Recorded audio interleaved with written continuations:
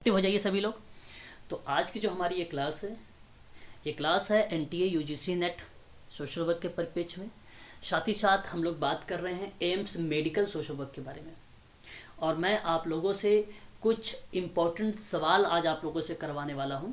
और याद रखिएगा, यह वीडियो जो रिकॉर्ड मैं कर रहा हूं ये आज अपलोड नहीं करूंगा, 2 दिन बाद अपलोड करूंगा इस वीडियो को। ठीक है, सोशल वर्क की जो क्लास की चल रही है 2 दिन बाद अपलोड होगी। कल की क्लास भी आप लोगों को रिकॉर्ड रहेगी, लेकिन वो भी अपलोड नहीं होगी, वो भी 2 दिन के बाद ही अपलोड की जाएगी, है ना। और साथ ही साथ अगर मैं आपसे बताऊं तो ये प्रीवियस ईयर का क्वेश्चन पेपर है आपके सामने। लास्ट टाइम में पूछे जा चुके हैं, पेपर में ये सवाल आ चुके हैं। तो 140 प्रश्न आपको एम्स में मिलने वाले हैं और 100 प्रश्न आपको यूजीसी में मिलने वाले हैं। तो इसलिए यहाँ पर ध्यान से सभी लोग कॉपी पेन साथ में रखिएगा और नोट्स बनाते रहिएगा। जो जो मैं फैक्ट आप लोगों को बताऊंगा उन फैक्ट को भी आप लोग नोट करते रहिएगा। जैसे कि हमारे सामने अगर सवाल नंबर फर्स्ट की बात करूं, रेगुलेशन की बात हो रही है। अच्छा, ध्यान दीजिएगा यहाँ पर, ठीक है। ये प्रश्न इम्पोर्टेंट है आप सबके लिए। अगर आपको हिंदी नहीं समझ आएगी तो आप मुझे बताइएगा, तो मैं आपको इंग्लिश में भी कराऊंगा, ठीक है। तो यहाँ पे लॉर्ड बेंटिक का जो वर्ष है वो 1829 का नियमन आपको बता रहा है। यहाँ पर 50 कितना लिखा हुआ है, 17, ठीक है। आपको बता रहा है 17। आपको बता रहा है कि लॉर्ड बेंटिंग का जो वर्ष है वो 1829 का नियम नंबर 17, ठीक है, 17 निम्न के लिए बनाया गया था, ठीक है, निम्न के लिए बनाया गया था। तो पहला ऑप्शन आपको बताता है कि सती पर रोक लगाने के लिए, दूसरा ऑप्शन बता रहा है कि विधवा पुनर्विवाह को प्रोत्साहन करने के लिए, तीसरा आपको ऑप्शन बता रहा है बाल विवाह पर रोक लगाने के लिए, और चौथा बता रहा है उपरोक्त में से कोई नहीं। एक बार आपको इंग्लिश भी दिखा देता हूं, एक बार इंग्लिश को भी देख लीजिए ताकि आपको और अच्छे से समझ में आ जाए, ठीक है। तो रेगुलेशन एक्ट ये आपको मालूम हो गया 17 है, of 1829 of Lord Bentinck was elected, ठीक है, इंटेक्टेड टू, आप किसको बताएंगे? आप सती प्रथा को लगाएंगे कि बैन चाइल्ड मैरिज को लगाएंगे, इनकरेज विंडो रीमैरिज को लगाएंगे कि नन ऑफ द अबव? जी, यहाँ पर window marriage sir. Okay, A option होगा सर। बिल्कुल सती प्रथा पर रोक लगाई थी लॉर्ड विलियम बेंटिक ने। बिल्कुल। यहाँ पर ऑप्शन नंबर जो ए आपने चुनाव किया है, मैंने इसके परिप्रेक्ष्य में लास्ट वाली क्लास में बताया था। वेरी गुड, बहुत बढ़िया आप लोगों का जवाब आया है। जिन बच्चों ने ऑप्शन नंबर ए का चुनाव किया है, सती पर रोक लगाने के लिए, यही ऑप्शन आपका सही है। मैं कुछ फैक्ट बता दूं इसके परिप्रेक्ष्य में, ध्यान रखिएगा। जैसे आप लोग को मैंने इंग्लैंड के बारे में पढ़ाया था, लास्ट क्लास में मैंने आप लोगों से इंग्लैंड के बारे में पढ़ाया था। इंग्लैंड में एक एक्ट था, जैसे जो भीख मांगना। अब जिस भीख मांगने को क्या कर दिया गया, वर्जित कर दिया गया था। भीख मांगने को क्या बोल दिया गया था, वर्जित कर दिया गया था। और ये किया गया था 1556 में, 1556 में, 1556 में किया गया था। तो संसद के द्वारा ये एक्ट जो बेसिकली पारित हुआ, और उस समय बीमार गरीबों की जो थी मदद की जा रही थी। तो 1556 ये इंग्लैंड की बात कर रहा हूँ।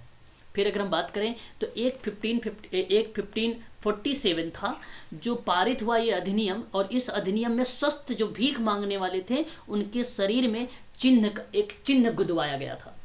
और ये काम हुआ था भीख मांगने वाले खत में 1547 में, यानी 1547 में। ये सारे जो है फैक्ट आप लोगों को ना मिलते हैं पेपर में, क्वेश्चंस जो है बनाए जाते हैं इस तरीके से, किसके परिप्रेक्ष्य में था, ये कब हुआ, कब शरीर में गुदवाया गया, वो अधिनियम कब पारित हुआ जहां बीमार व्यक्तियों की सहायता दी गई थी इंग्लैंड में, ये प्रश्न आते हैं। तो इसलिए 1556 भी नोट रखो, 1547 भी नोट रखो। और एक आपका था 1576, और जो 1576 था वो सुधार गृह स्थापित हुआ था। ये बात है इंग्लैंड की। तो 1576 में क्या हुआ था, ये सुधार गृह को स्थापित किया गया था। यहाँ पर मैं आपको बता दूं, एक पटसन, पटुआ, लोहा, पटसन, पटुआ और लोहा, इन तीनों चीजों को एकत्रित किया गया था। क्या मेरी आवाज स्पष्ट है आप लोगों को? जी सर। बिल्कुल। चलो आगे अगर मैं बात करूं तो उसके बाद आपका एक आया 1601, जिसको आप जानते हो अच्छे से, एलिजाबेथन पुअरला। इसी का एक नाम है 43 ए के नाम से भी जाने जाते हैं, हम लोग जानते हैं।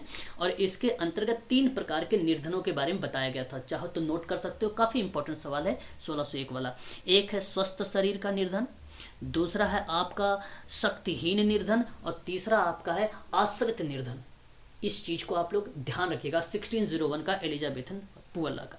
एक था आपका law of settlement, the law of settlement जो था वो 1662 का था। काफ़ी बार ये पेपर में पूछा भी जा चुका है 1662 का, यानी 1662 है वो द लॉ ऑफ सेटलमेंट पारित किया गया था। तो इसको भी आप लोग ध्यान रखिएगा। और एक 1982 था, वह वर्क हाउस एक्ट था। वो क्या था? वर्क हाउस एक्ट बनाया गया था।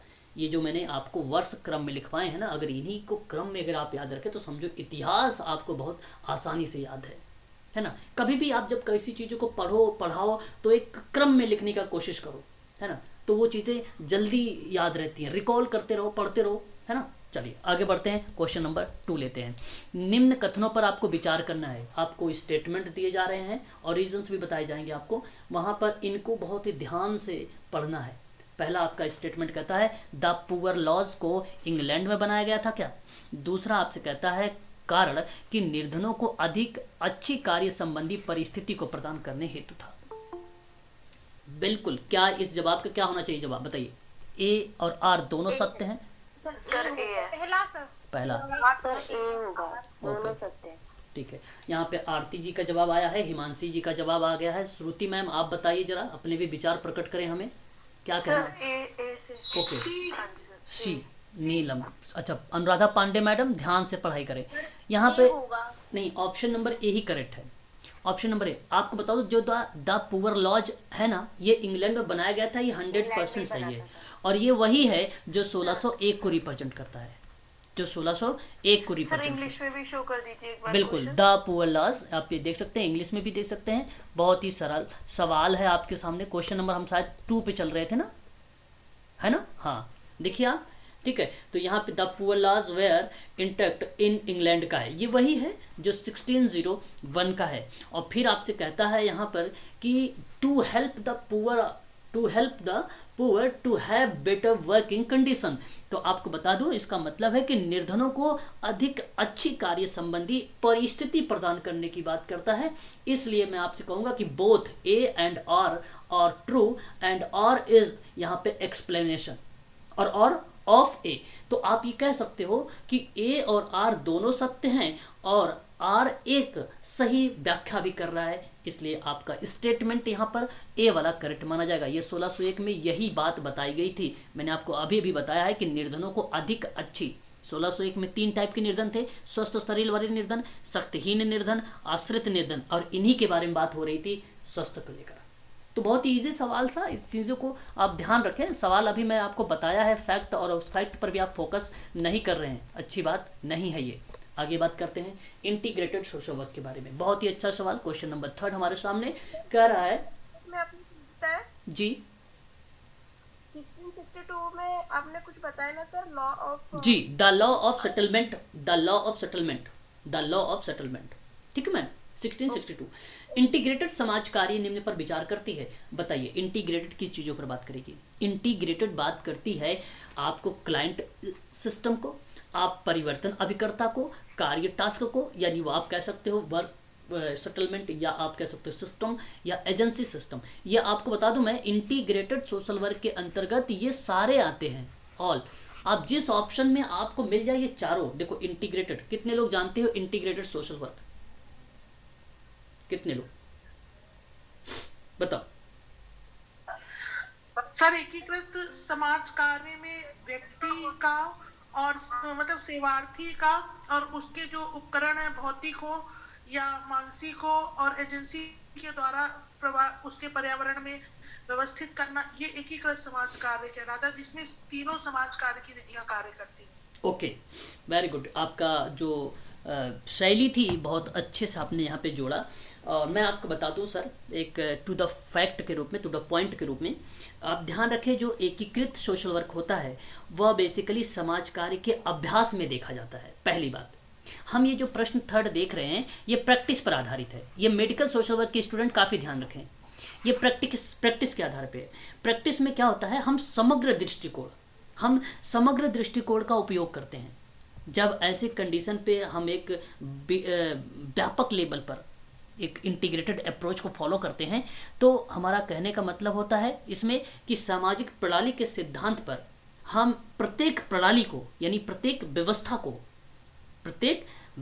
को ध्यान से समझिएगा आप सभी लोग, अपने वातावरण में अन्य व्यवस्था के द्वारा विनियमन और प्रभाव में खुली हो, और यह मान्यता है कि एक प्रणाली में परिवर्तन दूसरों को प्रभावित करने की क्षमता है जिससे वह संबंधित है। तो यहाँ पे ये जो सारी प्रणालियाँ हैं, जो सिस्टम है, यह एक दूसरे से क्या होंगी, रिलेट होंगी। और ये रिलेट तब होती हैं जब हम कोई काम प्रैक्टिस के दौरान करते हैं, अभ्यास के दौरान करते हैं। और हम इंटीग्रेटेड सोशल वर्क ऐसे ही कंडीशन पर करते हैं। इंटीग्रेटेड सोशल वर्क में एक बात पिंकस और मिनहम ने मॉडल देते हुए बोला था समाज कार्य अभ्यास में, कि सामाजिक कार्यविधियाँ की अवधारणाएं में प्रचलित जो सीमाएं होती हैं, उन सीमाओं के जवाब में विकसित किया जाता है। तो वहाँ एकीकृत समाज कार्य अभ्यास के मॉडल हम मानते हैं, या हम वहाँ पे एक डेवलप कर देते हैं। मैं फिर से बोलना चाहूँगा, आप लोग ध्यान से सुनिएगा। जो समाज कार्य की विधियाँ हैं, जो सोशल वर्क के मेथड है, उन मेथड के अवधारणाओं में, उनके कॉन्सेप्ट में हमें मालूम है कि समाज कार्य में कि प्रिंसिपल्स क्या होते हैं, मेथड्स क्या होते हैं, टेक्निक्स क्या होती हैं, ठीक है। उन सब चीज़ों को ध्यान में रखते हुए इंटीग्रेटेड सोशल वर्क प्रैक्टिस अभ्यास के मॉडल को हम तैयार करते हैं। और वो तब हो पाएगा जब सेवार्थी की व्यवस्था बना पाओगे, जब सेवार्थी के प्रति गोल बना पाओगे, जब सेवार्थी के प्रति आप कोई एजेंसी में जो काम करने का तरीका होता है टास्क एनालिसिस के माध्यम से, जब आप उसको बना लोगे। और ये काम वही कर पाएगा जो इंटीग्रेटेड सोशल वर्क के माध्यम से सेवार्थी में परिवर्तन लाना चाहता है। तो इसलिए मैं आपसे कहूँ कि ये इंटीग्रेटेड सोशल वर्क के ना सारे के सारे क्या है, यहाँ पे जो व्यवस्थाएं वो प्रणालियाँ शामिल की गई हैं, ये सारे के सारे शामिल है। और ये बहुत अच्छा जवाब है आप सभी लोगों का, इसको आप सभी लोग ध्यान से याद रखिएगा, क्योंकि अच्छा क्वेश्चन है ये, क्योंकि ये नैदानिक प्रक्रियाओं पे चलता है, ठीक है, डायग्नोसिस प्रोसेस पे चलता है, इसलिए यहाँ पे सही जवाब माना जाएगा ऑप्शन नंबर डी। आगे बात करेंगे क्वेश्चन नंबर 4 पे। मैं थोड़ा सा आप लोगों को बता रहा हूँ, आप थोड़ा सा समझने का प्रयास करिए। क्वेश्चन नंबर 4 कह रहा है समाज कार्य में जो व्यावसायिक, एक बार इंग्लिश में दिखा देंगे प्लीज। बिल्कुल देख लीजिए, इंग्लिश में भी देख लीजिए। इंटीग्रेटेड सोशल वर्क प्रैक्टिस, देखिए यहाँ पे लिखा हुआ है, take into account the following, the client system, the change agent system, action system और एजेंसी सिस्टम। ये सारे चारों के चारों जो सिस्टम है, ये चारों system basically integrated social work practice के दौरान हम इसको लेते हैं। और अगर नहीं लेंगे आप ना, तो आप काम कर ही नहीं पाएंगे। काम करने का तरीका आपके पास होना चाहिए, ठीक है। ये चारों पॉइंट्स आएंगे। द चेंज एजेंट सिस्टम क्या होता है, बेसिकली मैं क्यों कहता हूँ कि आप रिकॉर्ड बनाओ, रिकॉर्ड इसीलिए बना, अभी कोई परिवर्तित हो जाए तो उसकी जगह पे अगर कोई क्लाइंट है, उसकी पूरी डिटेल कैसे मिलेगी, जब हम रिकॉर्ड को कहीं देखेंगे तभी तो मिलेगी। तो इसलिए ये भी उसमें रहता है, शामिल रहता है, ये भी पॉइंट उसमें शामिल होती है। एजेंसियाँ तो शामिल है ही हैं, एक्शन तो शामिल ही रहेगा, क्लाइंट तो जानते ही हो, क्लाइंट तो मेन है ही है इंटीग्रेटेड सोशल वर्क में, है ना। आगे बढ़िए, ठीक है। क्वेश्चन नंबर हम देखते हैं यहाँ पे फोर्थ वाला, है ना। फोर्थ देखिए क्या आपसे कहता है, फोर्थ आपसे कहता है कि समाज कार्य में व्यावसायिक पर्यवेक्षण को सर्वोत्तम प्रकार से निम्न रूप में वर्णित किया गया है। सर्वोत्तम मतलब समझ रहे होंगे, स्टम टाइप में, है ना, बहुत ही व्यापक लेवल पर और बहुत अच्छा लेवल पर, बहुत ही बेस्ट लेवल पर है ना। और ये बेसिकली प्रोफेशनल पर्यवेक्षण के रूप में बात किया जा रहा है, व्यावसायिक पर्यवेक्षण के रूप में। पहला कहता है पर्यवेक्षित के निष्पादन का मूल्यांकन करना। दूसरा आपसे कहता है पर्यवेक्षित व्यक्ति कोई त्रुटि ना करे, इसे सुनिश्चित करना। और तीसरा कहता है कि समाज कार्य का ज्ञान, दक्षता, मूल्य को प्राप्त करने में पर्यवेक्षित का जो है सहायता करना। और चौथा आपसे कहता है कि पर्यवेक्षित के साथ चिंतन करना और उसका मार्गदर्शन बने रहना। क्या कहना उचित समझेंगे? क्वेश्चन नंबर का 4 आप मुझे जवाब दीजिए, बताइए, जल्दी जल्दी बताइए, बताइए।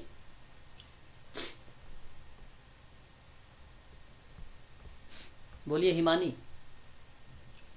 ऑप्शन डी होना चाहिए। Okay Sushma, very good, option D. Okay ठीक है, ठीक है, वेरी गुड। आरती बताइए, आरती मैम। हाँ जी सर, बताइए। सर डी ही लग रहा है क्योंकि डी और ओके डी होना चाहिए। चलिए, बहुत बढ़िया जवाब भाई। यहाँ पे सुषमा, आरती और बहुत बच्चों का जवाब आया, सही जवाब दिया आपने। व्यावसायिक दृष्टिकोण पहला पॉइंट सी है आपका, और ये करेक्ट है। आपका ऑप्शन नंबर सी में भी है, और ऑप्शन नंबर डी में भी है, ऑप्शन नंबर बी में भी है। चलिए एक एक करके एलिमेंट करते हैं, पहले बी को देखते हैं।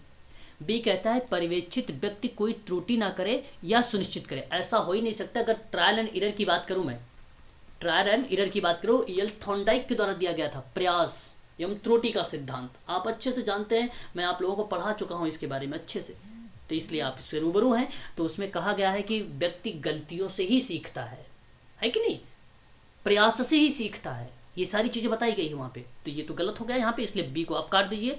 अगर हम बात करें आ की, पर्यवेक्षित के निष्पादन का मूल्यांकन, नहीं, पर्यवेक्षित का निष्पादन का मूल्यांकन तो सत्य है, बट व्यावसायिक अगर पर्यवेक्षण की बात अगर हम करते हैं सर्वोत्तम प्रकार के रूप में वर्णित करना, तो ये कहना उचित नहीं होगा कि आपने निष्पादन का इवेल्युएट कर लिया, तो ये उचित नहीं है। इसलिए आप यहाँ पे एलिमेंट कर दीजिए इसको, है ना, प्राथमिकता मत दीजिए। उसके बाद अगर हम बात करें यहाँ पे लास्ट वाले में, तो पर्यवेक्षित के साथ चिंतन करना, वेरी गुड, बहुत बढ़िया जवाब। चिंतन एक प्रकार का थिंकिंग करना और उसको मार्गदर्शन में बनाए रखना, मतलब उसको बार बार गाइड करना, मार्गदर्शित करना, यही आपका करेक्ट माना जाएगा। इसलिए मैं आप सबसे कहूँगा ऑप्शन नंबर डी का ही चुनाव करें, और आप लोगों ने वही किया है, डी आपका करेक्ट माना जाएगा। प्रश्नों को बहुत ही ध्यान से पढ़ने का प्रयास करें सभी लोग, और अच्छे अच्छे प्रश्न आ रहे हैं आप सबके लिए, ठीक है। देखिए एक और प्रश्न आ रहा है आपके सामने, कह रहा है आपके कि कथन और विचार करना है आपको, नीचे दिए गए कुछ कोड है, उन्हीं कोड के अकॉर्डिंग आपको अपने उत्तर देना है। पहला कथन आपसे कहता है कि जो व्यावसायिक समाज कार्य की जड़ें हैं वो क्या भारत में पनपी हैं, यस या नो में जवाब दीजिएगा।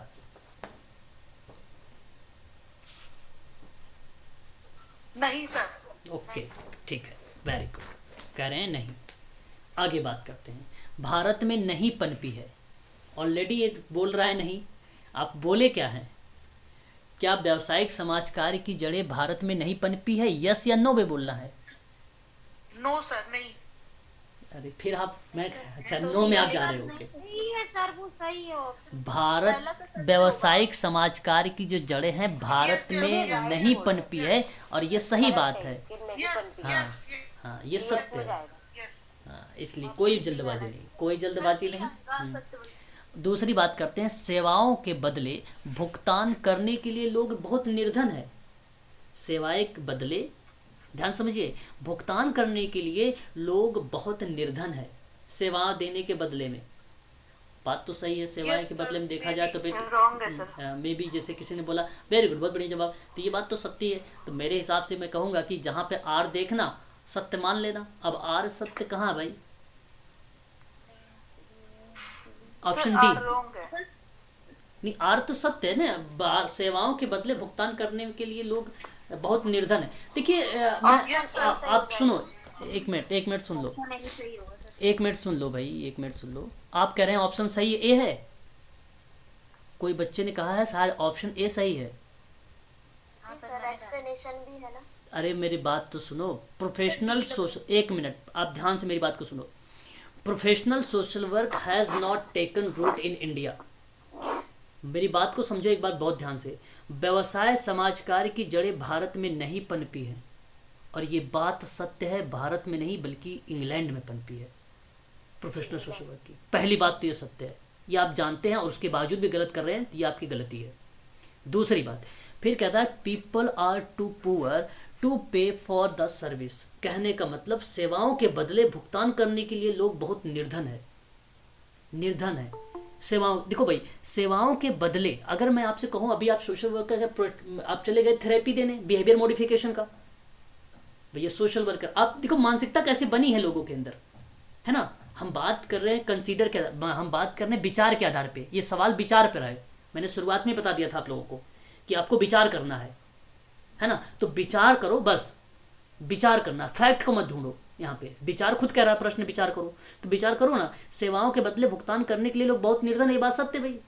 1200-1500 कौन से देने वाले, सोचो वक्त बताओगे, सीधा कह दे ये तो फ्री में काम करेंगे, ये विचार करने वाली बात है ना। रीजंस जो हैं आपके यहाँ पे अगर मैं बात करूँ वो सत्य है, आर आपका गलत है मैडम, सॉरी, हाँ आर सत्य है, ए गलत है आपका, ए गलत है। बात समझ में आ गई, एक बार बताइए जी। ए भी तो सही है ना सर, इंग्लैंड में पनपी है, भारत में नहीं पनपी, भारत में नहीं पनपी, तो सर ए तो सही हो गया ना, आर गलत हो गया। सवाल ये है कि भारत में नहीं पनपी है,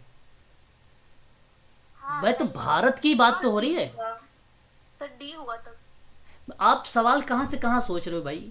व्यवसाय समाज कार्य की जड़ें भारत में नहीं पनपी है, तो ठीक तो है, सवाल तो यही बोल रहा है भाई, कह रहा professional social work has not taken root in India, तो ये तो सत्य है। क्या बात है इसमें, बताओ क्या गलती आ रही है इसमें। आप लोग बार बार कह रहे हो सही है सही है सही है, मैं कह रहा हूँ पॉइंट नंबर यहाँ पे जो ऑप्शन आ रहा है पहला वाला, वो यहाँ पे सही है। अच्छा, यहाँ एक मिनट, मैं आप समझ गए, मैं आप लोग क्या समझ रहे हैं। व्यवसाय समाज कार्य की जड़ें भारत में नहीं पनपी है, तो यस हो जाएगा, बिल्कुल सत्य है ये भी, और ये भी सत्य है। तो आप यहाँ पे दोनों को सही मानोगे, और फिर उसके बाद आप क्यों नहीं हो पा रहा है, तो यही रीज़न है कि यहाँ पे नहीं पनपी। ठीक है, बिल्कुल सही जवाब ऑप्शन नंबर ए। मैं समझ गया क्या आप लोग सोच रहे थे, मैं कहीं और जाके सोच रहा था। ठीक ठीक ठीक ठीक ठीक, समझे मैंने क्या बताया आप लोगों को। मैंने आपको ये बताया कि ये जब सही है तो इसको सही मानो, मैं इसको गलत मान रहा था यहाँ पे, है ना, मैं इसको गलत मान, हाँ हाँ, मैं गलत मान रहा था, पढ़ सही रहा था मैं, हाँ, तो ये चीज़ें हैं, हाँ हो जाता है। तो कोई नहीं, इसको, ये आपका करेक्ट, ये भी आपका करेक्ट है ना। ऑप्शन नंबर यहाँ पर आपका पहला वाला सही, व्याख्या भी सही है, रीज़न से ये बन जाएगा, ऑप्शन नंबर ए करेक्ट है।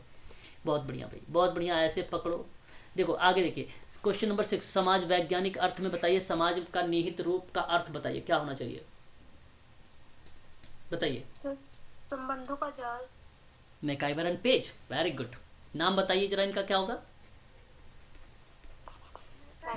हाँ, मैकाइवर एंड पेज। समाज सामाजिक संबंधों का जाल है। यह एक ऐसा विद्वान है जिसने परिभाषा के रूप में बताया, बट यहाँ पे समाज वैज्ञानिक अर्थों के दृष्टिकोण से देखा जाए तो समाज का जो निहित रूप का अर्थ होगा वो संबंधों का एक जाल होगा, इसलिए ऑप्शन नंबर आपका यहाँ पे थर्ड वाला करेक्ट माना जाएगा। अब ध्यान देने वाली बात यह है कि जब हम सोशल या समाज के बारे में थोड़ी जानकारी लेते हैं तो लैटिन भाषा का बना हुआ है सोशियस, मतलब समाज बोलते हैं। ग्रीक भाषा में लोगस कहा जाता है, जिसका अर्थ होता है अध्ययन विज्ञान, है कि नहीं।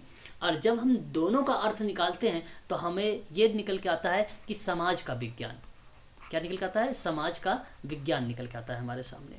ठीक है, तो एक विद्वान थे जिनका नाम था जॉन स्टुअर्ट मिल, जिन्होंने कहा था दो भाषाओं का अवैध संतान कहा, और इसके स्थान पर इन्होंने एथियोलॉजी शब्द का प्रयोग किया था। किस शब्द का प्रयोग किया था, एथियोलॉजी शब्द का प्रयोग किया था, और वो था जॉन स्टुअर्ट मिल। इसलिए आप इनको ध्यान रखेंगे कि ये सोशल्स और एक लोगस ऐसा शब्द है जो लैटिन और ग्रीक भाषा से बनाए गए हैं, जहाँ अर्थ निकलता है समाज का विज्ञान, है ना। तो साइंस ऑफ सोशल भी इसे आप कह सकते हैं। ठीक है, और एक किताब आती है, कई बार एग्जाम में पूछा भी गया है, क्या नाम है, राजीव जी, इसको ध्यान रखिएगा, उनका नाम है स्पेंसर विद्वान का, और principle of sociology, principles of sociology ये किताब है, बहुत इंपॉर्टेंट है। और समाजशास्त्र का जो प्रथम अध्ययन करने वाला विद्वान था उसका नाम था आगस्ट काम्टे। सन 1838 के दौरान वो चीज़ें इन्होंने, आगस्ट काम्टे महोदय ने भूमिका निभाई थी। ठीक है, तो ये अध्ययन किया था उन्होंने। ठीक है, याद रखने वाली बातें हैं ये सारी की सारी, इसको आप ध्यान रखेंगे। आगे बढ़ेंगे, क्वेश्चन नंबर हम नेक्स्ट लेंगे। सर इंग्लिश में शो कर दीजिए क्वेश्चन। ओके मैम, आप देख सकते हैं क्वेश्चन नंबर हमारे सामने है 6 वाला, है ना। तो ये कह रहा है कि सोसाइटी एंड सोशोलॉजिकल टर्म्स, है ना, और इज अंडरस्टूड टू मीन की बात होता है, तो द वेब ऑफ रिलेशनशिप ये वही बता रहा है आपसे कि संबंधों का जो एक जाल है वो बेसिकली समाज वैज्ञानिक का अर्थ बताता है, जहाँ समाज निहित है। और समाज के बारे में आपको जानना है तो मैंने आपको बताया कि सोशियो एक ऐसा शब्द है जो लैटिन भाषा से बना है, उसका अर्थ बनता है समाज, और एक है लोगस जिसका अर्थ बनता है अध्ययन का विज्ञान। और जब हम पढ़ते हैं सोशियोलॉजी तो हमारे सामने उसका अर्थ निकल आता है कि समाज का विज्ञान। तो बहुत ही इंपॉर्टेंट है और बहुत ही ईजी है, option number C is the right answer होगा, द वेब ऑफ रिलेशनशिप। आगे बात करेंगे क्वेश्चन नंबर 8 के बारे में। हमारे सामने क्वेश्चन नंबर 7 आ गया है, बहुत इंपॉर्टेंट सवाल आपको बता दूं, मेडिकल सोशल वर्क का है, यूजीसी के बच्चे इसको ध्यान से सुने। निम्न में से किस कथन के अनुसार सामाजिक परिवर्तन की एक संकल्पना है। आपके सामने 4 ऑप्शन, बताइए। ऑप्शन ए, सामाजिक परिवर्तन एक दिशा में, देखिए मैं आपको बता दूं यही ऑप्शन सही भी है, आपको बताता हूँ। हाँ, यहाँ बेसिकली प्रश्न क्या कहता है, प्रश्न आपसे ये बोलना चाहता है कि सामाजिक परिवर्तन अगर आपको पढ़ना है, सोशल चेंज अगर आप पढ़ना चाहते हो, तो सोशल चेंज की कुछ अवधारणाएं होती, कुछ बेसिक कॉन्सेप्ट। सामाजिक परिवर्तन कब हो सकता है, सामाजिक परिवर्तन में एक दिशा होती है। एक दिशा का मतलब हुआ एक टारगेट, एक गोल, एक एजेंडा होना चाहिए उसमें। सामाजिक परिवर्तन नियंत्रित होता है ये कहना उचित नहीं होगा, है ना, बल्कि आप इसकी जगह ये कह लीजिए कि समाज की प्रत्येक संरचना, संगठन और सामाजिक संबंधों में जो निरंतर परिवर्तन होता है वो आपके कहना उचित रहेगा। बट ध्यान रखिएगा उसकी संरचनात्मक संगठन में होगा, उसकी संरचनात्मक संगठन तो लिखा नहीं है, तो इस वजह से ये ऑप्शन नंबर बी गलत हो जाएगा। और सामाजिक परिवर्तन जो है संचरित होता है, ये भी आपका गलत हो जाएगा। संचरित सामाजिक परिवर्तन के कॉन्सेप्ट के पॉइंट ऑफ व्यू से देखा जाए और उस मूल्य निरपेक्ष के रूप में भी देखा जाए तो भी गलत हो जाएगा। तो जब आप सामाजिक परिवर्तन का सिद्धांत में पढ़ाऊंगा ना, कुछ उसके अर्थ को पढ़ाऊंगा तो आपको बताऊंगा वहाँ पे। बट ये चीज़ें ध्यान रखने वाली बातें हैं, सामाजिक परिवर्तन में एक दिशा होती है और ये रेखीय सिद्धांत पर आधारित होती है। किस पर आधारित होती है तो ध्यान रखिएगा, रेखीय सिद्धांत पर होती है। ठीक है, रेखीय सिद्धांत पर आधारित है, जो सामाजिक परिवर्तन एक दिशा में जाती है उसी पर आधारित है ये, है ना। आगे बढ़िए, क्वेश्चन नंबर 8 देखिए, निम्न में से कौन सा समाज विकास का क्रम सही है। देखिए यहाँ पर समझने वाली बात है कि जो समाज का डेवलपमेंट सीक्वेंस है, ऑप्शन ए की तरफ गए हैं कोई बच्चा, बहुत बढ़िया। जो सोशल डेवलपमेंट सीक्वेंस है उसका सीक्वेंस मैं आपको बता देता हूँ, आप इसको ध्यान रखिएगा। एक विद्वान का नाम आता है लिट्ज। क्या नाम आता है? लिट्ज। जानते हो इसके बारे में? लिट्ज काले, लिट्ज काले का नाम सुना है? नहीं सुना है तो सुन लो, नहीं सुना है तो सुन लो। लिट्ज काले ने सोशल डेवलपमेंट का सीक्वेंस दिया था और पता कितने? 4 दिए थे, सॉरी 5 दिए थे, 4 नहीं 5 दिए थे। एक था परिवार, एक था जनजाति, एक था गांव, एक था शहर, एक था राष्ट्र। अब बताइए, परिवार तो नहीं है, जनजाति ऑप्शन में है, ठीक है, गांव है ऑप्शन में है, शहर है ऑप्शन में, ठीक है, बाकी परिवार और राष्ट्र को छोड़ दिया। ऑप्शन नंबर ए ही सही बताया था बच्चे, किसी बच्चे ने, है ना। तो ये आपको ध्यान रखना है, काफ़ी इंपॉर्टेंट सवाल है भी, ये सोशल डेवलपमेंट से। और सोशल डेवलपमेंट आपके सिलेबस में मेंशन है दोनों लोगों को, है ना। बात करें निम्न में से वह क्या है जो कि भारतीय संविधान में विद्यमान नहीं है। भारतीय संविधान में क्या चीजें नहीं है? बी, एकाकी सरकार या एक ही सरकार आपने बोला, यही सही जवाब दिया है सर आपने, बिल्कुल सही जवाब। भारतीय संविधान में संघीय संरचना शामिल की गई है, न्यायपालिका का पृथक्करण शामिल किया गया है, नागरिकों के मौलिक अधिकार शामिल किए गए, जहाँ पे समता का अधिकार बताया गया है, स्वतंत्रता का अधिकार बताया गया है, शोषण के विरुद्ध का अधिकार बताया गया है ना, धार्मिक स्वतंत्रता की बात की गई है, सांस्कृतिक और शिक्षा की बात की गई है, संवैधानिक अधिकार की बात की गई, जो आर्टिकल 32 बताता है। आप लोगों को मैं पढ़ा भी शायद चुका हूँ, लास्ट टाइम में पढ़ाया था, है ना। भी इस टाइम क्लास नहीं चल रही तो मैं जैसे ही यूनिट पे आऊँगा तो इसके बारे में पढ़ाऊँगा आपको, ठीक है। और अगर हम बात करते हैं जो न्यायपालिका का पृथक्करण की बात होती है तो अनुच्छेद 50 आपको याद आ रहा होगा, आर्टिकल 50 मैंने आपको बताया भी ट्रिक है, 50-50 कर दो। तो 50-50 करना मतलब पृथक्करण कर देना, है ना, कार्यपालिका और न्यायपालिका को अलग अलग कर देना, है कि नहीं, ये आपको करेक्ट हो जाएगा 50-50। और भारत के संघीय शासन में एकात्मक शासन के कुछ लक्षण अपनाए गए हैं, बात को समझिएगा अच्छे से। भारत के जो संघीय शासन है ना, उस संघीय शासन में एकात्मक शासन के कुछ लक्षण अपनाए गए हैं, आपको ध्यान रखना है। और यहाँ पर भारतीय संविधान में एक एक सरकार विद्यमान नहीं है, इसलिए इसका option that is right, option number B, यहाँ पर B is the right answer. आगे बढ़िए, क्वेश्चन नंबर नेक्स्ट लेंगे। देखिए, भारत में नवीनी आर्थिक नीति है, आपको अच्छे से मालूम होगा भारत में जो है नवीन आर्थिक नीति है, उसके अकॉर्डिंग क्या चीज़ें परिलक्षित होती है या अभिलक्षित होती है। ऑप्शन ए, पॉइंट ए अगर हम बात करें निजीकरण बताता है, और अगर पॉइंट बी की बात करें विश्वव्यापीकरण बताता है, और पॉइंट सी की बात करें सुरक्षा का तंत्र बताता है, और अगर हम यहाँ पे ना की बात करें या 4th या 5th नंबर की पॉइंट की बात करें तो आपसे बता 4थे नंबर का वो उदात्तीकरण बताता है। तो क्या यहाँ पे सर ऑप्शन सी सही होगा। अब इसको समझने की कोशिश करिए। जैसे अगर मैं आपसे बात करूं आर्थिक नीति, नवीन आर्थिक नीति, नई आर्थिक नीति, न्यू इकोनॉमिक पॉलिसी, तो आपका पहली बात तो ये निजीकरण होता है। दूसरी बात अगर मैं आपसे बात करूं यहाँ पर विश्वव्यापीकरण के बारे में, तो ये भी आपका होता है। वहीं अगर मैं आपसे बात करूं उदात्तीकरण, ये भी होता है। बट सुरक्षा का जो तंत्र है ना, ये सुरक्षा का तंत्र प्रतिरक्षा प्रणाली बताती है। प्रतिरक्षा प्रणाली शरीर की आंतरिक प्रतिरक्षा प्रणाली होती है, जो शरीर की बाहरी खतरों से सुरक्षा करती है। जैसे वायरस हो गया, बैक्टीरिया हो गया, कवक हो गए, फंगस वगैरह जो आप पढ़ते हैं ना, वो सुरक्षा तंत्र को बताता है ना, वो सुरक्षा तंत्र को बताता है। और उदात्तीकरण क्या होता है? उदात्तीकरण किसी चीज को उसके श्रेष्ठ के रूप में प्रस्तुत कर देना, वो उदात्तीकरण को रिप्रेजेंट करता है। वो बेसिकली नवीन आर्थिक नीति बताती है। तो जो नई आर्थिक नीति है ना, वो उदारता पे, निजीकरण पर उसका विस्तार करना, अर्थव्यवस्था, बाजार हितैषी की बात होना, आधुनिकीकरण की बात होना, नए सार्वजनिक और उसकी नीति की बात करना, वित्तीय सुधार की बात करना, राजकोषीय सुधार की बात करना, ये सारी चीज़ें न्यू इकोनॉमिक्स पॉलिसी के अंतर्गत आती है। इसलिए क्वेश्चन नंबर 10 का जो सही जवाब जाएगा आपका ऑप्शन नंबर सी करेक्ट जाएगा। यहाँ पर निजीकरण, विश्वव्यापीकरण और उदात्तीकरण, इसलिए ऑप्शन आप देखेंगे सी में आ बा डा दिया गया है, इसलिए यही आपका करेक्ट माना जाएगा। ठीक है भाई, इसलिए आप इसको ध्यान रखिएगा। क्वेश्चन नंबर नेक्स्ट बात करेंगे 11 पॉइंट पर। बात करेंगे हम लोग, एक तरफ टाइप ऑफ हमारे सामने जो है थेरेपी दी गई है, चिकित्सा दी गई है, दूसरी तरफ दिया गया है उसके प्रवर्तक के नाम कि किसने कौन सी थेरेपी दिया है। काफ़ी इंपॉर्टेंट सवाल, इस पे प्रश्न पर मैं स्टार लगा रहा हूँ, इसको नोट कर लीजिएगा। आपको मालूम होना चाहिए क्लाइंट सेंट्रल थेरेपी के बारे में। कार्ल रोजर्स, वेरी गुड, बहुत बढ़िया जवाब। सन 1940 और 50 के दशक में इन्होंने अपनी खूब अच्छे से सकारात्मक भूमिका निभाई थी क्लाइंट सेंट्रल थेरेपी में।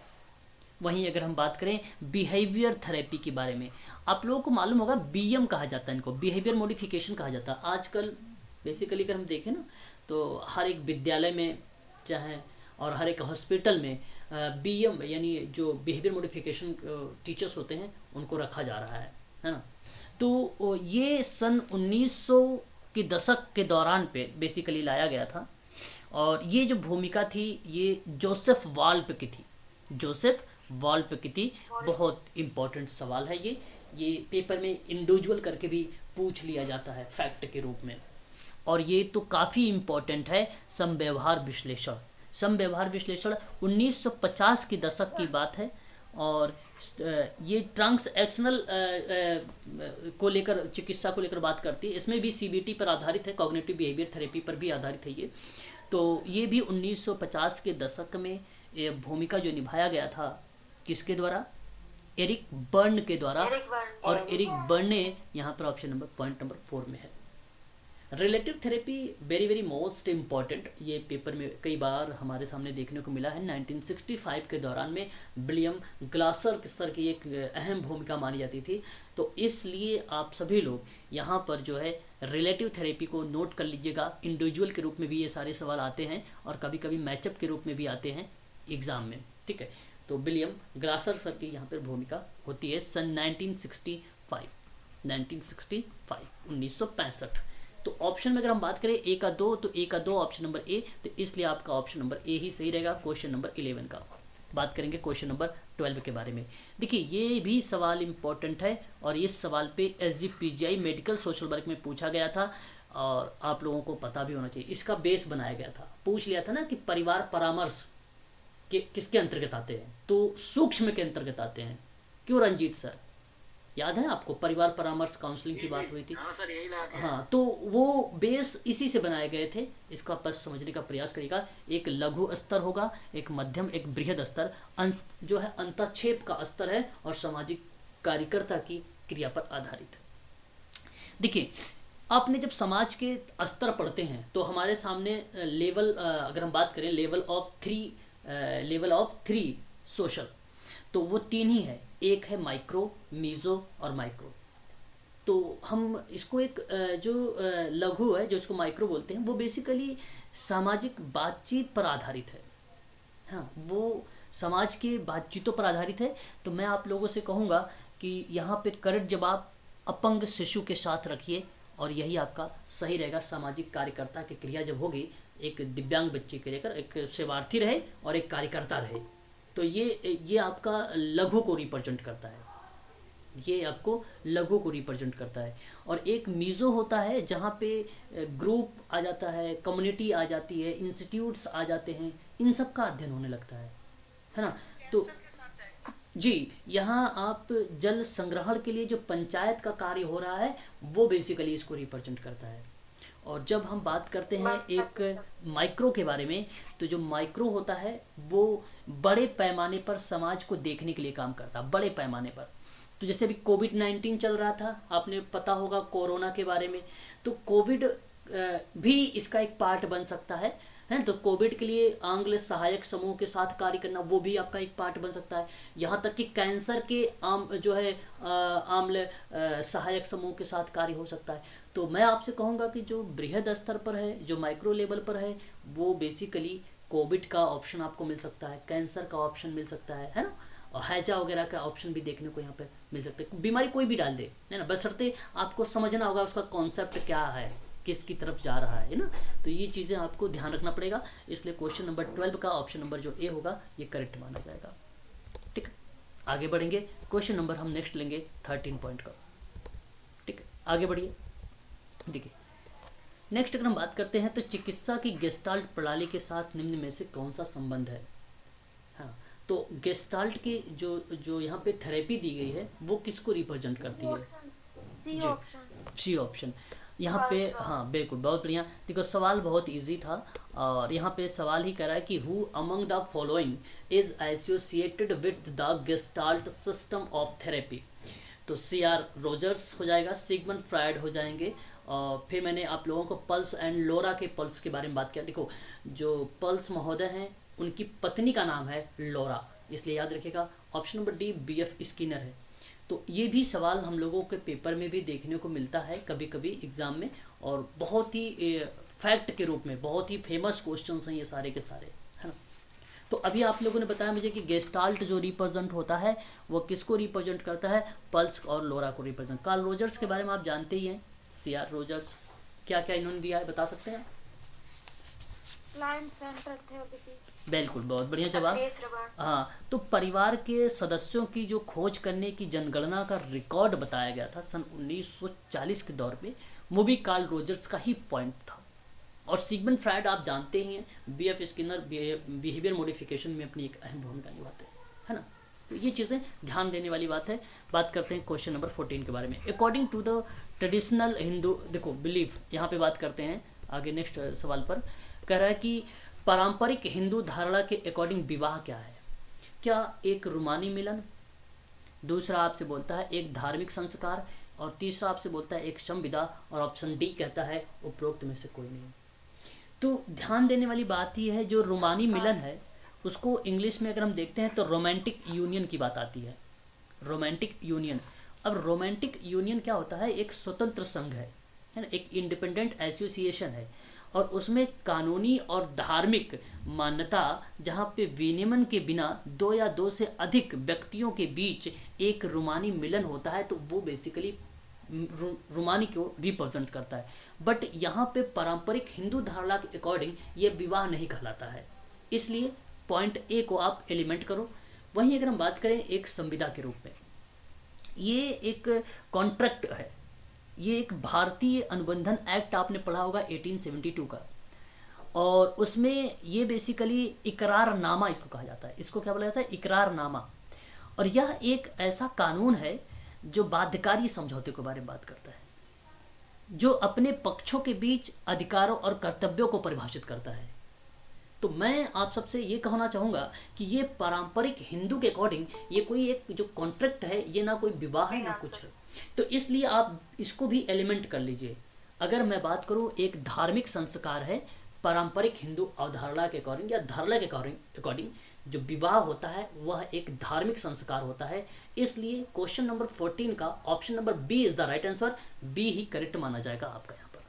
ठीक है, क्वेश्चन नंबर नेक्स्ट बढ़ेंगे 15 नंबर का। सवाल सारे अच्छे हैं, विगत वर्षों में प्रश्न पूछे जा चुके हैं, और मैं आपको बता दूं ऐसे प्रश्नों का उत्तर आपको साइट पर भी नहीं मिलेंगे, है ना, इसलिए आप इसको ध्यान रखें।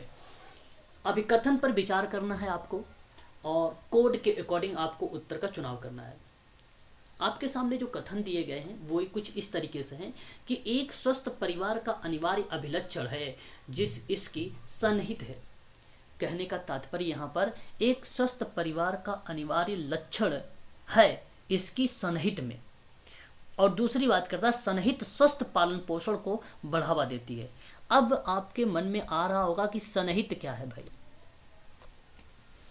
है कि नहीं? सन्निहित को अगर हम बात करें तो इसको क्या कहेंगे इंग्लिश में, बताइए। सहमति मतलब एकजुटता, यूनिटी, एकजुटता।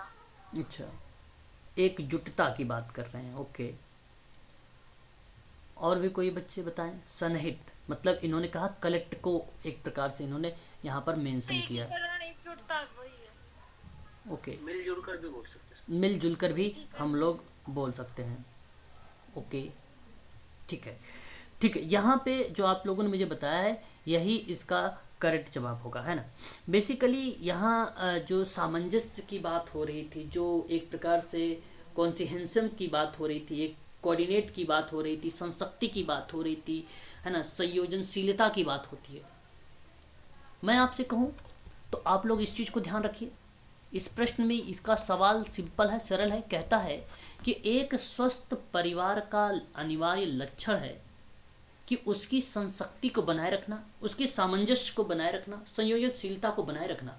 और ये करेक्ट बात है, ये आप कहना उचित रहेगा कि ये करेक्ट बात है। और एक स्वस्थ या सामंजस्य को, स्वस्थ पालन पोषण को एक सामंजस्य ही, एक कोऑर्डिनेशन ही स्वस्थ पालन पोषण को बढ़ावा देता है। और ये भी बात सत्य है और रीजंस लक्षण के रूप में निकल के आ जाते हैं। तो इसलिए हम कह सकते हैं कि ऑप्शन ए सही है। ए और आर दोनों सत्य हैं, आर अ का सही व्याख्या भी कर रहा है, ऑप्शन नंबर ए ही करेक्ट जवाब होगा। तो प्रश्न बहुत सरल है, केवल समझना शब्दों को। सन्निहित मतलब एक प्रकार का सामंजस्य होता है, कोऑर्डिनेशन होता है।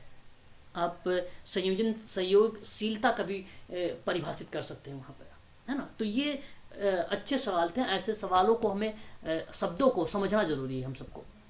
फिर ये समझ में नहीं आया, नहीं समझ में आया आपको? देखिए मैं आपको कहूँ, यहाँ पे आप संगीत में आप एक संबंध, एक शब्द जोड़िए। आप हेल्थ कैसे इम्पैक्ट डालती है? जी, सर ये सहमति है ना, सन्निहिति, हाँ हाँ। हाँ। तो देखिए एक स्वस्थ परिवार जो है ना, उसका लक्षण है, एक स्वस्थ परिवार का लक्षण यही होगा कि उस परिवार में सभी लोग कोऑर्डिनेशन बनाए रखे होंगे, उनका सामंजस्य बना होगा, वो समाज की मुख्य धारा से जुड़े होंगे। स्वस्थ परिवार से क्या क्या मतलब हुआ सर? ये हेल्थ के रिगार्डिंग है या फिर क्या ओवरऑल? नहीं, ये आप, हाँ, यहाँ प्रश्न में अगर हम प्रश्न के हिसाब से चले ना तो ये हेल्थ के परिप्रेक्ष्य में, क्योंकि ऑलरेडी इसने स्वस्थ परिवार की बात किया है। और नीचे अगर हम कारण की बात करें तो स्वस्थ पालन पोषण की बात किया है। तो हमारे कॉन्सेप्ट जो स्वस्थ का है, तो कोई ज़रूरी नहीं कि हम बीमारी के बारे में ही सोचें, बट एक स्वस्थ परिवार ही तो आप कह सकते हो पॉजिटिव कि उसको जानकारी भी तो है। तो जिसका जो स्वस्थ परिवार है वो जानकारी भी रख सकता है ना। तो ऐसे हेल्दी रिलेशन को वो कर रहा है रिप्रेजेंट एक तरह से। किसको मैं? Healthy relationship. हाँ बिल्कुल बिल्कुल, वही चीज़ है। हाँ, उनकी एकजुटता उनके रिलेशनशिप को हेल्दी बनाती है, बनाए रखना, बिल्कुल बिल्कुल वही चीज़ें हैं। हाँ, यहाँ पे ये आप उसके बीच में कुछ भी पॉइंट्स डाल सकते हैं। ये आपने कुछ पॉइंट्स बताए, जैसे आपने कहा स्वास्थ्य को लेकर, आप स्वस्थ भी सोच सकते हो, करेक्ट है, बट यहाँ पे वो उसी के पॉइंट ऑफ व्यू में है, आप, है ना। अगर जागरूक है उसमें भी आ सकता है वो, है ना।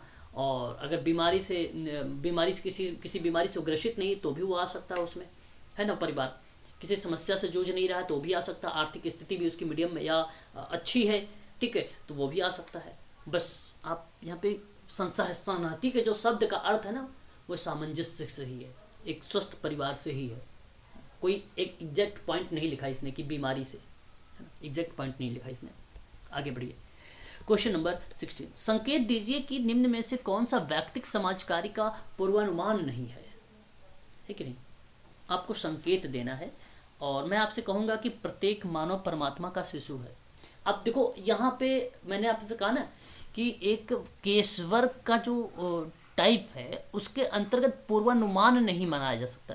देखो मानव आदरणीय है, ये बात सत्य है, मानव परिवर्तित हो सकता है, ये भी तो सत्य है, इसमें कोई दो राय। प्रश्न है पूर्वानुमान नहीं है, और प्रत्येक मानव का अधिकार है कि उसकी बात सुनी जाए, और प्रत्येक मानव परमात्मा का शिशु है। देखिए, तो हमने समाज सोशल केशवर के पॉइंट ऑफ व्यू से बात किया है। अब मान लो ऐसे में अगर हम कहें, अगर मैं बात करता हूँ तो जब कभी मलिन बस्ती में आप जाओगे तो अगर डिसेबिलिटी के बच्चों को अगर आप सर्वे नहीं करोगे तो आप पूछोगे कि भाई ये रीज़न्स क्या है, तो बहुत लोगों को पता भाई कहेंगे कि सर ये तो भगवान की देन है ना, ये भगवान की देन है। तो बट ये कहना उचित नहीं है कि डिसेबिलिटी में भगवान की देन है ना, है कि नहीं। ये तो रीजंस मैंने बताया भी है कि प्रीनेटल, न्यूनेटल, पोस्टनेटल कि ये सारी जो भूमिकाएं होती हैं ये यहीं पर ही हमें देखने को मिलता है। तो प्रत्येक मानव परमात्मा का शिशु है। सोशल वर्क के पॉइंट ऑफ व्यू से बात किया जाए तो ये स्टेटमेंट कहना उचित नहीं होगा, इसलिए ऑप्शन नंबर आप डी को एलिमेंट कर दीजिए, काट दीजिए इसको, ये सही नहीं है, यही सही नहीं है, ऑप्शन नंबर डी। आप देखिए आपके सामने एक तरफ से सूची 1, दूसरी तरफ सूची 2 दिया गया है। आपको बताना है कि इसमें कौन कौन से पॉइंट्स आपके सही होंगे। पहला आपका है मनोविश्लेषण। मनोविश्लेषण की अगर हम बात करें तो सन 1920 के दशक में ये भूमिका देखने को मिली। आर्थिक कंपोनेंट की अगर हम लोग बात करें 1930 की दशक में ये मिला। अहम विज्ञान, अब ये नाम आपने पढ़ा भी होगा एना फ्रायड के बारे में। सिगमंड फ्रायड की ये डॉटर हैं अन्ना फ्रायड, और अन्ना फ्रायड की सन 1980 के दशक में ये भूमिका एक ईगो साइकोलॉजी के रूप में उभर के सामने आया था।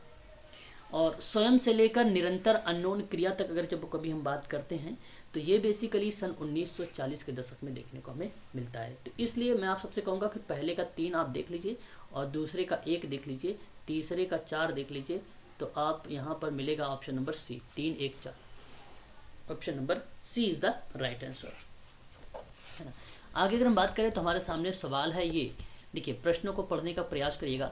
एक तरफ आपको दे रहा है वैयक्तिक कार्य के नियम को, वैयक्तिक सेवा कार्य के उपकरण को, वैयक्तिक सेवा कार्य के पूर्वानुमान को, वैयक्तिक सेवा कार्य की प्रक्रिया को। तो आप कह सकते हो कि नियम है आपके सामने नियम है, तो नियम आत्म निर्धारण को बताता है, ये आप कहना उचित समझेंगे।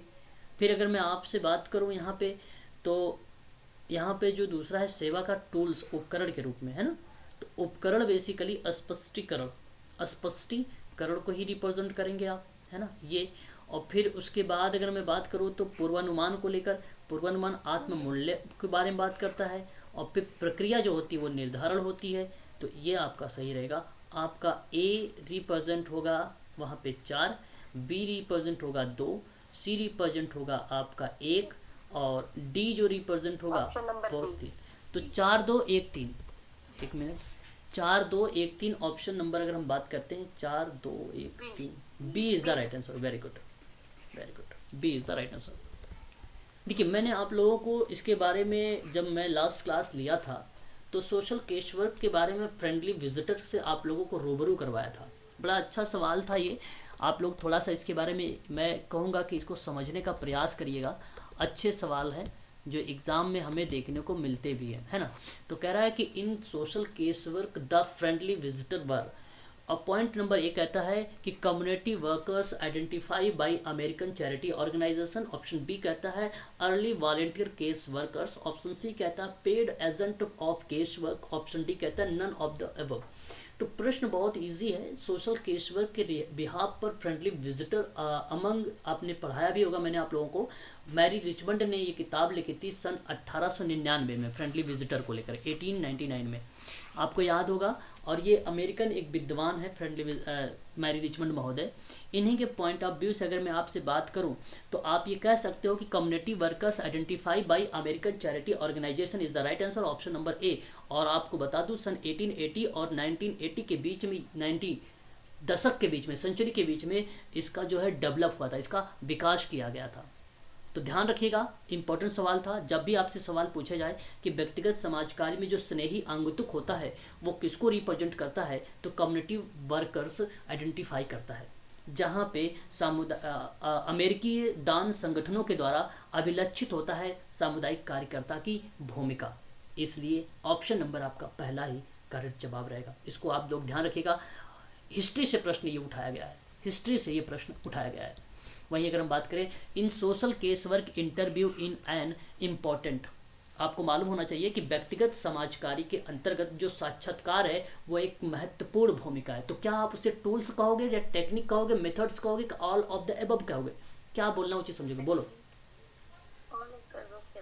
जी, all of the above sir, D बोले। All of the above. और बच्चे बताएं जरा। मेथड जी सर, सभी हो। सभी होगा, करेक्ट। जी सब होगा। हाँ, रंजीत सर, रंजीत महोदय बताइए। जी सर, मुझे भी सभी लग रहा है। सभी लग रहे हैं, वेरी गुड, बहुत बढ़िया। यहाँ पे सोशल केस वर्क इंटरव्यू के दौरान में जो पॉइंट्स इंपॉर्टेंस होते हैं वो tools, technique, principle, methods, all of the above. यहाँ पे सारे के सारे ऑप्शन सही रहेंगे, इसलिए यहाँ पर का करेक्ट जवाब हो जाएगा ऑप्शन नंबर डी। ठीक है, इन चीज़ों को आप लोगों को ध्यान रखना है। यदि आप अच्छे से इन सब चीज़ों को पढ़ेंगे नहीं, समझेंगे नहीं, तो एग्ज़ाम को क्रैक करना इम्पॉसिबल है, इसलिए पढ़ना ज़रूरी है। अब आप देखिए, आपके सामने एक बुक आई है, who is the author of the book title. Book title है social group work a helping process. क्या नाम आएगा? Wilson and Ryland, option B H B Trecker, option C Phillips H U, option D Konopka G. Konopka. चलो ध्यान रखिएगा, मैं एक चीज़ बता दूं आप लोगों को, आप लोगों ने मुझे सही जवाब दिया है, गेसल कोनोप्का, ऑप्शन नंबर डी का चुनाव दिया है। बहुत बढ़िया जवाब दिया है आप लोगों ने। ये किताब उन्हीं की है, सोशल ग्रुप वर्क का हेल्पिंग प्रोसेस को लेकर बात करते हैं। मैं अगर आपसे बात करूं, बिल्सन और राइलैंड की बुक, ये भी इम्पॉर्टेंट है, इनकी भी किताबें कभी कभी एग्जाम में पूछी जाती है। सोशल ग्रुप वर्क प्रैक्टिस है, the creative use the social process, इन्हीं की किताब का नाम है। ये एक ऐसे विद्वान हैं, इन्होंने the creative uses of social process के बारे में बात किया था, समाज की प्रक्रिया के बारे में बात किया था, और वो भी सृजनात्मक वाली प्रक्रिया को लेकर। फिलिप्स एच यू की अगर हम बात करें तो इन्होंने अर्बन सोशल वर्क के बारे में बात किया है। किसकी बात किया है? फिलिपींस के बारे में। तो अर्बन आप ध्यान रखिएगा, सोशल वर्क ये आपके लिए इम्पॉर्टेंट रहेगा। और एच बी ट्रेकर की अगर मैं बात करूं तो social group work principal and practice की बात की गई है, जिसमें कुल टोटल 14 प्रिंसिपल्स दिए गए हैं सोशल ग्रुप वर्क में, जो पेपर में कई बार आप लोगों ने देखा भी होगा, यूजीसी के पेपर में भी देखा होगा। एम्स मेडिकल सोशल वर्क, अगर जो पुराने बच्चे होंगे जैसे आरती हैं, शायद उन्होंने मेडिकल सोशल वर्क के स्टूडेंट ने देखा ही होगा एच बी ट्रेकर का नाम, तो है ना, ये आप ध्यान रखना है। जी सर। हाँ, आगे बात करेंगे। क्वेश्चन नंबर नेक्स्ट हमारे सामने है, और ये भी सवाल आप सब के लिए इम्पोर्टेंट रहेंगे। सवाल सारे अच्छे हैं, सवाल सारे के सारे इम्पोर्टेंट हैं, बहुत इम्पोर्टेंट है सवाल, है ना। आगे अगर हम बात करते हैं, यहाँ पर एक आपके सामने आंदोलन दिए गए। आंदोलन का मतलब होता है मोमेंट, है ना, और आपको वो मैच करना है कोड को, मैच करना है कोड को। तो आप देखिए यहाँ पर आपके सामने YMCA आंदोलन है एक, आप जानते होंगे यंग वुमेन्स क्रिश्चियंस एसोसिएशन को ही रिप्रेजेंट करता है ये। अगर आपसे जब कभी पूछा जाए कि यंग वुमेन्स क्रिश्चियंस एसोसिएशन की इस्टेब्लिश कब की गई है, तो आप याद रखिएगा 6 जून 1844 को लंदन यूके में, लंदन यूके में। और इसकी भूमिका अगर किसी ने निभाया है तो जॉर्ज विलियम ने निभाया है, इसलिए ऑप्शन नंबर आप बी की तरफ जाइएगा। यहाँ पे सॉरी बी की तरफ कह रहा हूँ, पॉइंट नंबर 4 की तरफ जाइएगा। अगर मैं बात करूँ YWCA के बारे में, YWCA के बारे में, अच्छा ये एसोसिएशन अंग है तो यही है ना, ये था ये आपका YMCA। अच्छा अच्छा वही है, हाँ कोई अलग नहीं है। ये बेसिकली इसमें देखो, इसमें आपको बता दूँ ये आपको क्या बोलता है, ये 1855 का है, ये 1850, ये W वाला है, ये M वाला था। तो यहाँ जो M वाला है वो मेंस है, ये मेंस है। मेंस वाला जो है ना वो 6 जून 1844 का है, लंदन का यूके में। और जो ये अगर मैं बात करूं W वाला जिसको ओमेन कहते हैं, और ये रिप्रेजेंट हुआ था 1855 में। याद रखिएगा इस समय इसका जो लक्ष्य रखा गया है, ये लक्ष्य रखा गया है 2035 तक का, 2035 तक का। और इसमें अगर हम बात करें इसकी भूमिका को लेकर, तो इसकी श्रीमती किन्नर्ड एवं मिस रॉबर्ट्स की भूमिका आती है, आप इसको ध्यान रखिएगा। और एक व्यवस्थापन आंदोलन है, हाउस जो है सेटलमेंट हाउस मूवमेंट है, ये तो आप जानते हैं 1880 का ही है। और 1880 में तो नाम किसका आ गया भैया, बताइए जरा एक बार। जेम्स एडम्स, हाँ जेम्स एडम्स, है ना। तो ये तो बहुत फेमस था। सोशल वर्क के जनक कौन कहे जाते हैं, कौन बताएगा मुझे, बताओ जनक। James Adams. थोड़ा सा एक्टिव रहो भाई, कैसे काम कर रहे हो। उसके बाद बात करते हैं क्रीड़ा स्थल एवं मनोरंजन आंदोलन को लेकर। तो ये बेसिकली आपकी अगर हम बात करें तो यहाँ पे मीना जाकरे, ठीक है, मीना जाकरे, यहाँ पे करेक्ट जवाब आपका ये हो जाएगा, पॉइंट नंबर 4। ये 21वीं सदी में आया था, 21वीं सदी में, एग्जैक्ट कोई वर्ष नहीं है इसका, है ना। तो आप यहाँ पे लगा सकते हैं पॉइंट नंबर किसको बताइए जरा, 1 का 4, 2 का 3। सर ऑप्शन नंबर ए ही है। हाँ, ऑप्शन ए ही करेक्ट होगा। Very good, very good. देखिए एक और सवाल देखते हैं, सामाजिक समूह कार्य की मूलभूत का मतलब होता है एक प्रकार से बुनियादी दक्षताओं को अब निम्न में शामिल किया गया। अब देखिए अगर हम बात करें यहाँ पे क्वेश्चन नंबर 34 में, तो आपको बता रहा है कि द फॉलोइंग और including in basic skill of social group work. आपको बताना स्किल इन जो है पर्पसफुल रिलेशनशिप, मतलब अर्थपूर्ण संबंधों में दक्षता। फिर आपको बता रहा है स्किल इन प्रोग्राम डेवलपमेंट, यानी कार्यक्रम विकास में दक्षता। ऑप्शन सी आपसे कहता है स्किल इन कम्युनिकेशन, इसका मतलब है कि संप्रेषण में दक्षता। ऑप्शन डी आपसे बताता है कि स्किल इन लीडरशिप, इसका मतलब है कि नेतृत्व में दक्षता। क्या आप कहना उचित समझेंगे कि basic skill of social group work में ये चीज़ें शामिल होनी चाहिए? सभी को शामिल कर लो। कौन सा इसमें गलत आ रहा भाई? भी अर्थपूर्ण संबंध में होना चाहिए, भी कार्यक्रम विकास में भी होना चाहिए, कम्युनिकेशन भी अच्छा होना चाहिए, संप्रेषण भी अच्छा होना चाहिए, संचार और लीडरशिप का मतलब होता है नेतृत्व। तो हो तो गया ऑल ऑफ द अबव। तो ऑप्शन नंबर डी देखिए ना, ABCD लिखा हुआ है, बोलिए तो सही। हाँ भाई, जी सर। हाँ एक्टिव रहो। कैसे हो, सो रहे हो, नींद आ रही क्या है नहीं सर। का? चलो क्वेश्चन नंबर 34 देखो, sorry 24। The objective of social group work methods include किया गया है। वो मेथड्स बताना है आपको सोशल ग्रुप वर्क में। इंडिविजुअलाइजेशन की बात कर रहा हूँ मैं, व्यक्तिकरण की बात कर रहा हूँ मैं। अगर मैं बात करूँ आप लोगों से तो development of sense of belonging, option C की बात करूँ अगर मैं आप लोगों से यहाँ पे कि development of the capacity of जो है पार्टिसिपेट का मतलब यहाँ पे भागीदारी में क्षमता का विकास, कैपेसिटी ऑफ पार्टिसिपेट। और नन ऑफ द एबव मतलब उपरोक्त में से कोई नहीं। क्या आप व्यक्तिवादिता पर बल देंगे? देना पड़ेगा आपको। क्या सोशल ग्रुप वर्क के मेथड में अगर हम बात करें समाज कार्य प्रणाली के उद्देश्य में क्या क्या चीज़ रखे गए हैं, ऑब्जेक्टिव क्या क्या है, उद्देश्य क्या है सामाजिक समूह कार्य के, व्यक्तिवादिता पर बल देना चाहिए आपको, पहली बात। दूसरी बात यह है कि आपको डेवलपमेंट के आधार पर अगर परस्पर संबंधों की जब बात करते हैं हम लोग, परस्पर संबंधों की भावनाओं की बात करते हैं तो भी आपको ये रिप्रेजेंट होता है।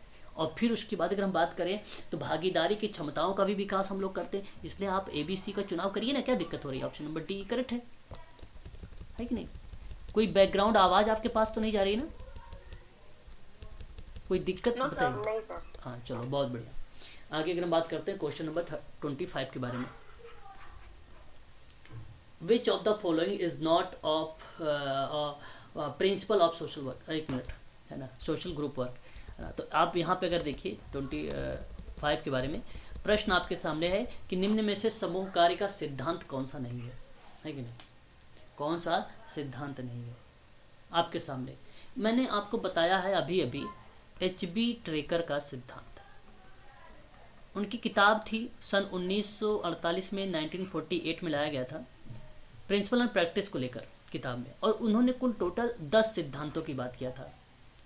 पहला सिद्धांत इन्होंने दिया था, एक सिद्धांत इन्होंने दिया था नियोजित समूह संगठन का सिद्धांत। दूसरा इन्होंने दिया था विशिष्ट उद्देश्यों का सिद्धांत। तीसरा इन्होंने दिया था उद्देश्यपूर्ण कार्यकर्ता का सिद्धांत। चौथा उन्होंने दिया था निरंतर व्यक्तिकरण का सिद्धांत। पांचवा दिया था निर्देशित समूह सहभागिता का सिद्धांत। छठा लोकतांत्रिक समूह का आत्म निर्णय का सिद्धांत। सातवां उन्होंने दिया था लचीले कार्यात्मक संगठन का सिद्धांत। आठवां उन्होंने दिया था प्रगतिशील कार्यक्रम अनुभव का सिद्धांत।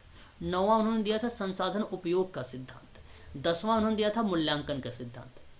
अब प्रश्न है कि अब ये प्रश्न HB ट्रेकर से नहीं लिया गया है, बट प्रश्न HB ट्रेकर से भी पूछे जाते हैं और एक कॉमन के रूप में भी पूछे जाते हैं कि बताइए कौन कौन सा है। देखिए व्यक्तियों में अद्वितीय अंतरों का ज्ञान होना, देखिए ये आपको व्यक्तिकरण का सिद्धांत बताता है, तो ये शामिल है।